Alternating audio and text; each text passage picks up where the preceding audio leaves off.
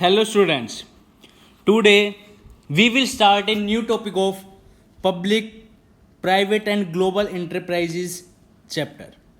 If you have not subscribed the channel until now, subscribe it and press the bell icon for notification of new videos. These are our social media handles.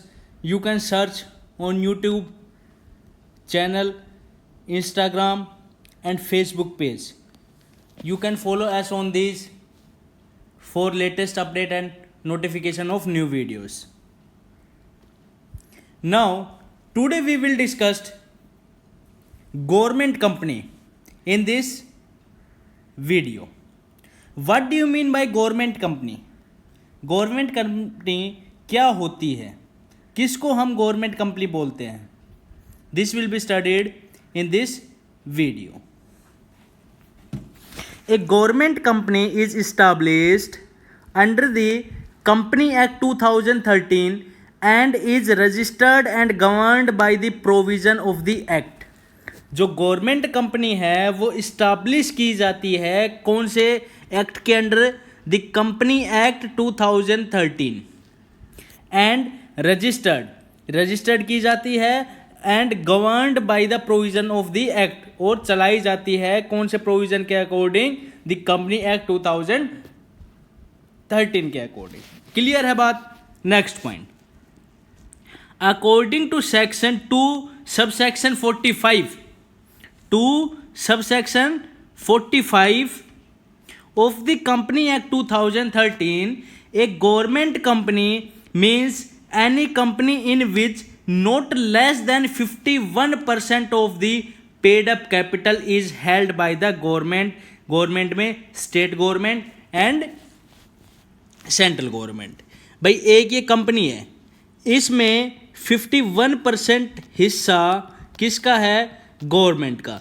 It means this is government company. तो इसका मतलब वो क्या है? Government company है. 51%, उससे ज़्यादा minimum कितना? 51% पेड अप कैपिटल में हिस्सा होना चाहिए किसका? गवर्नमेंट का. गवर्नमेंट कौन सी? सेंट्रल या स्टेट गवर्नमेंट. क्लियर है बात? Next point. These are established for purely business purpose and compete with the companies in private sector in true spirit.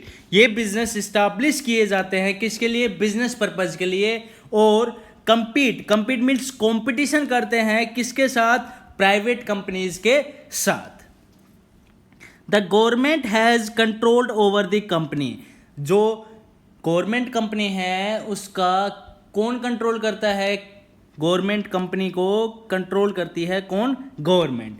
And share are purchased in the name of president of India. और जो company है, जो 51% जो shares खरीदे जाते हैं उस company के, वो किस नाम से खरीदे जाते हैं? Name of president of India. जो इंडिया का फर्स्ट पर्सन है, कौन होता है first person? President of India. उसके नाम से क्या परचेज किए जाएंगे? शेयर्स परचेज किए जाएंगे उस कंपनी के. Example coal India limited, state trading corporation etcetera. These are the government company because in this company government had 51% share of paid up capital in this company. That's why this is known as government company. Clear है बात?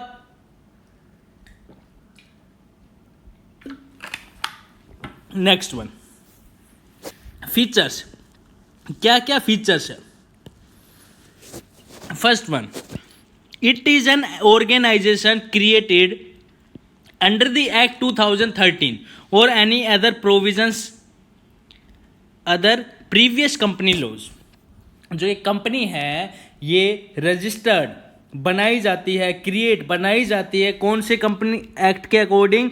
The company act 2013 के according. Clear है बात? और उससे पहले अगर कोई लॉ था उसके अकॉर्डिंग, जैसे द कंपनी एक्ट पहले क्या था? 1956. अब क्या है? 2013. इसके अंडर जो भी कंपनी क्रिएट की गई है उसको हम क्या बोलते हैं? Government company. क्या बोलते हैं? Government company. The company can file a suit in court of law against any third party and be sued. जो कंपनी है, कंपनी के ऊपर कोई भी केस कर सकता है और कंपनी किसी के ऊपर भी केस कर सकती है कोर्ट में. Sue means case.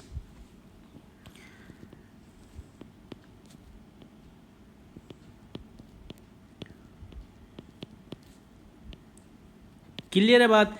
The company can I enter into a contract and can acquire property in its own name. जो कंपनी है वो कोई भी किसी के साथ भी कॉन्ट्रैक्ट कर सकती है और अपने नाम पे प्रॉपर्टी खरीद भी सकती है. क्लियर है बात. Next point.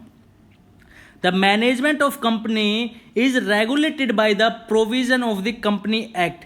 जो मैनेजमेंट किया जाता है कंपनी का किसके अकॉर्डिंग किया जाता है? Provision of the company act, like any other public limited company. Clear है बात. Next point. The employees of the company are appointed according to their own rules and regulation as contained in the memorandum and article of association of company.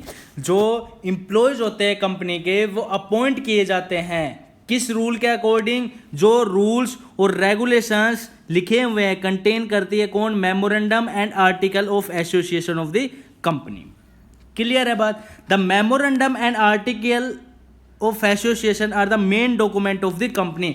जो article of association है और जो memorandum है वो company की main document, जरूरी थी क्या है? कागज है. Contain the object of the company and it's rule and regulation. जो मेमोरेंडम और आर्टिकल ऑफ एसोसिएशन है वो मेन डॉक्यूमेंट है. क्योंकि उसमें कंपनीज के क्या रूल्स एंड रेगुलेशंस लिखे रहते हैं and objects of the company. Objective मतलब कंपनी का क्या ऑब्जेक्टिव है. क्लियर है बात. These companies are exempted from the accounting and audit rules and procedure. These company, ये कंपनी क्या है? एग्जाम्प्टेड, छूट में है. मतलब कि इनकी अकाउंटिंग और ऑडिट रूल से ये क्या है? दूर है. इनका कोई बाउंडेशन नहीं है. An auditor is appointed by the central government and the annual report is to be presented in the parliament और द स्टेट लेजिस्लेचर. तो इसका मतलब कि जो ऑडिटर जो अपॉइंट होगा वो कौन करेगा? Central government. और जो उसकी एनुअल रिपोर्ट होगी वो प्रेजेंट की जाएगी कहाँ पे? पार्लियामेंट में या स्टेट में. क्लियर है बात. तो इसका मतलब जो कंपनी है, कंपनी का दूर है अकाउंटिंग और ऑडिट से, क्योंकि जो ऑडिटर है वो अपॉइंट करती है कौन? Central government. और जो एनुअल रिपोर्ट है वो प्रेजेंट की जाएगी कहाँ पे? इन पार्लियामेंट और स्टेट लेजिस्लेचर. इसका मतलब कि पार्लियामेंट में या स्टेट लेजिस्लेचर. क्लियर है बात. Next one. The government company main obtains it's fund from government. जो गवर्नमेंट कंपनी है वो फंड कहाँ से अरेंज करती है? From government share holding and other private share holders. By एक कंपनी है, कंपनी में 51% हिस्सा किसका है? गवर्नमेंट का. तो इसका मतलब 51% हिस्सा जो शेयर्स ले रखे हैं उसके पैसे कौन देगी? गवर्नमेंट. और बाकी के जिसको भी डिस्ट्रीब्यूट किया है प्राइवेट में वो वहां से क्या फंड अरेंज करेगी. क्लियर है बात. It is also permitted to raise fund from it the capital market. Capital market में स्टॉक मार्केट से भी वो फंड को क्या कर सकती है?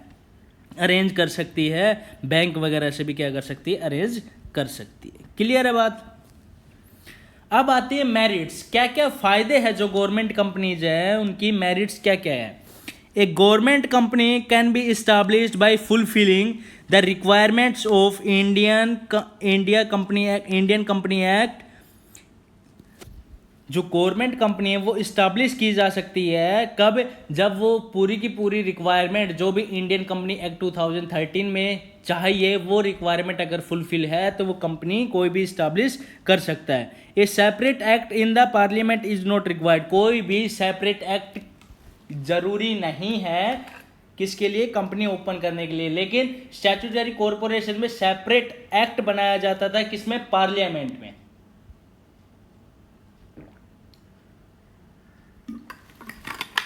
क्लियर है बात. Next one. It as a separate legal entity apart from the government. Separate means अलग है. कहां से? गवर्नमेंट से. It enjoys autonomy in all management decisions and taken action according to business prudence.